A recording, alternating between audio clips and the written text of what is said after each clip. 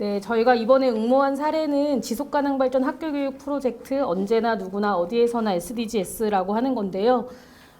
지속협으로 2020년에 이름이 바뀌기 전까지는 안산은 2001년도에 안산의제 21로 한 20년 동안 실천을 굉장히 잘하는 지역으로 이렇게 좀 있었고, 저도 그때는 시민단체 활동을 하면서 의제에서 여러 가지 다양한 시민사회 실천을 했었습니다. 그래서 그때까지의 안산의제 21은 민간 네트워크가 굉장히 활성화된 곳으로 이렇게 알려져 있었는데, 지속협으로 이름이 바뀌면서는 이게 명칭만 바뀌는 것이 아니라 지역에서도 어떤 역할을 해야 할 것인가라고 하는 그런 고민을 좀 했었고, 그때 또 때마침 2022년에 지속가능발전 기본법이 만들어지면서 거기에 28조의 교육 홍보 분야가 있었고, 지속가능발전이 행정에서만 하는 어떤 체계로 접근하는 것이 아니라 시민들에게 널리 알려지기 위해서는 교육과 홍보가 중요하다라고 하는 게 명시되어 있었고, 그 역할이 지속협에 부여되어 있다라고 하는 것이 있어서 저희도 이제 지속가능발전협의회가 좀 교육사업, 지속가능발전 교육을 좀 우리의 특화 사업으로 한번 삼아보자라고 해서 2022년도에 이제 그 고민을 시작하게 되었고요. 그래서 2023년에 본격적으로 이 학교 교육을 시작하게 되었습니다.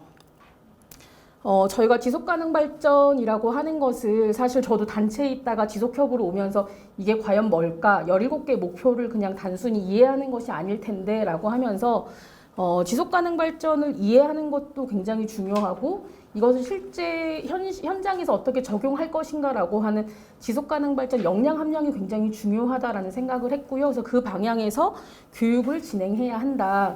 그래서 지속가능발전은 기업, 정부, 시민 모두가 해야 하는 것이기 때문에 가장 기본이 되는 학교부터 한번 시작해보자라고 교육 사업을 시작하게 되었습니다. 그래서 2023년은 준비와 실험의 어떤 1년이라고 볼 수 있는데요. 그때 저희가 제일 처음 한 것은 당사자 기획단을 구성하는 것이었습니다.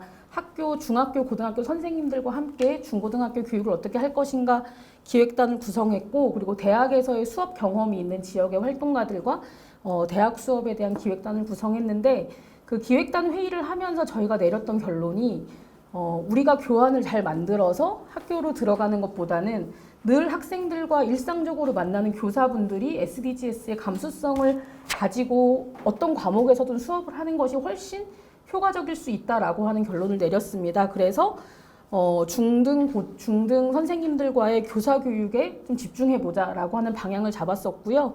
그리고 대학 수업을 하는 데 있어서는 실제로 대학을 졸업하면 현장으로 나가야 되는 사람들이기 때문에 문제 해결 역량을 좀 갖추는 경험을 해보는 게 좋겠다라고 해서 그 수업 교환 카테고리를 문제 해결 보고서를 작성하는 것으로 잡자라고 하면서 커리큘럼을 짜는 과정이 있었습니다.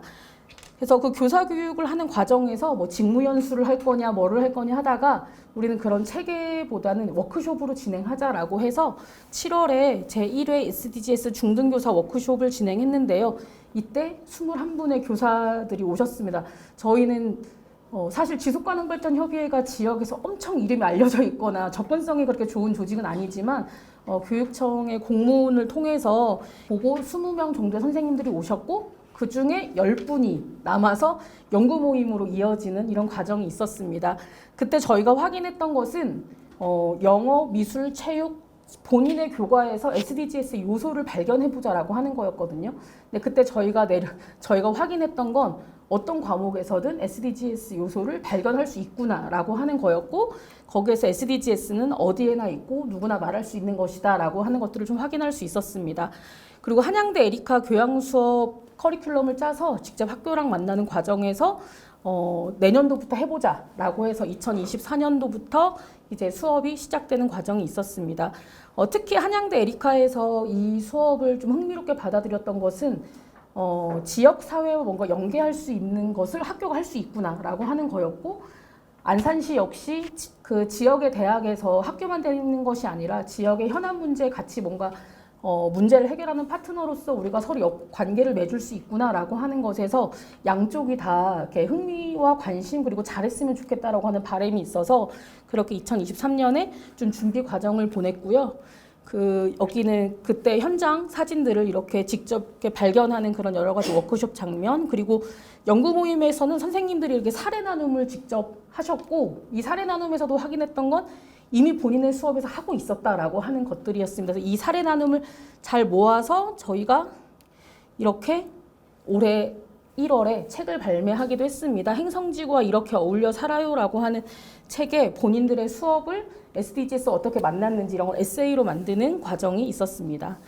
2024년은 실제 이제 실험을 넘어서 실행과 확장이라고 볼 수 있는데요. 지속 가능성을 마련하기 위해서는 실제 이 중고등학교 교육을 담당하는 교육청 그리고 대학과 업무 협약을 맺는 과정이 필요하겠다라고 해서 안산시와 안산교육지원청 그리고 안산시와 한양대 에리카가 지속가능발전 교육 활성화 업무 협약을 2월 달에 맺었고요. 그 이후에 중등교사 워크숍도 이제 2배로 늘고 연구 모임도 현재 23분이 참여하고 있어서 2배로 늘었습니다. 근데 사실 이렇게 양쪽으로 느는 것만이 뭐 꼭 성과는 아니고 앞으로 더 많이 늘어야 되겠지만 좀 그래도 관심 갖는 선생님들이 점점 많아지고 있다는 것을 확인할 수 있었고, 더 저희가 좋았던 건 같은 학교 선생님을 꼭 손잡고 오세요라고 했는데 실제로 손잡고 오셨어요. 그래서 학교 안에서 융합 수업이 가능해졌다라고 하는 것이 또 이번 2번째 워크숍의 성과이기도 했습니다. 그리고 중고등학교 프로그램을 진행하다 보니까 초등학교 학생들과도 이런 것들을 할 수 있지 않겠냐라고 해서 이번 여름방학 때 실험적으로 SDGs 방학 캠프를 진행한 바가 있습니다. 그리고 한양대 에리카 교양 수업은 1학기 때 SDGs와 ESG로 보는 지역사회라는 이 교양명으로 시작을 했고, 그것이 이어져서 7월에는 카카오 그 지역협력팀과 에리카와 지속협이 같이 협력을 해서 지역사회 문제 해결하는 보고서 만드는 캠프를 2박 3일 동안 진행을 했어요. 그래서 행정의 역할, 그리고 기업이 예산을 내고 또 학교가 그 역할을 하고 이렇게 다양한 주체들이 각각 그 자기의 몫을 하면서 사업을 했던 경험을 또 갖게 되었습니다. 그 한양대에서는 1강 때 이제 시장님이 오셔서 안산에는 이런 과제들이 있습니다라고 하는 것들을 이야기하면서 여러분들의 아이디어들을 받고 싶습니다. 이런 이야기를 해주셨고, 이제 그것과 관련해서 학생들이 이런 다회용 컵이나 뭐 셔틀버스, 공유자전거 이런 등등 일상에서 본인들이 경험하는 주제를 가지고 보고서 작성을 했고, 2팀을 선정해서 저희가 안산시장상도 이렇게 수여를 했었습니다. 1학기 때는 첫 교양이었기 때문에 20명이 수강을 했는데 지금은 또 40명이 수강을 하고 있습니다. 왜 이렇게 계속 2배로 계속 늘어나는지 신기하긴 한데, 네, 또 그렇고 카카오 임팩트 챌린지 때는 안산이 현재 인구 감소 문제나 외국인 인구가 늘어나고 있는 문제나 여러 가지 좀 지역 현안을 저희가 전달했고, 그것을 또 학생들이 이렇게 아이디어로 내는 과정이 있었습니다. 그래서 저희의 지속가능발전 학교교육 2년을 좀 돌아봤을 때의 특징은 현장과 유관기관들과의 직접적인 연계를 통해서 이 교육사업을 진행했다라고 하는 부분이고, 계속 반복적으로 얘기했던 것처럼 어디에서나 발견되는 지속가능성을 다시 한번 확인할 수 있었습니다. 저희 그 연구 모임 선생님들 중에는 한문 선생님도 있고 음악 선생님도 계시거든요. 그러니까 그 본인들의 과목에서 이것을 찾으려고 하는 모습도 굉장히 인상적입니다.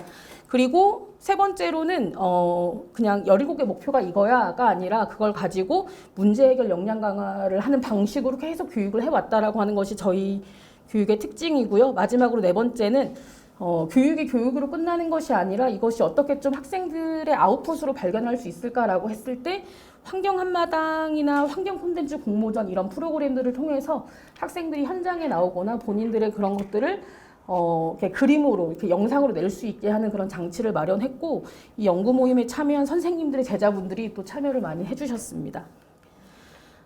그래서 추진 성과는 저희는 KSDGs 4번, 그중에서 세부 목표 4-7 지속가능 발전 증진을 위한 지식과 기술을 습득할 수 있게 한다에 기여했다라고 생각하고 있고요.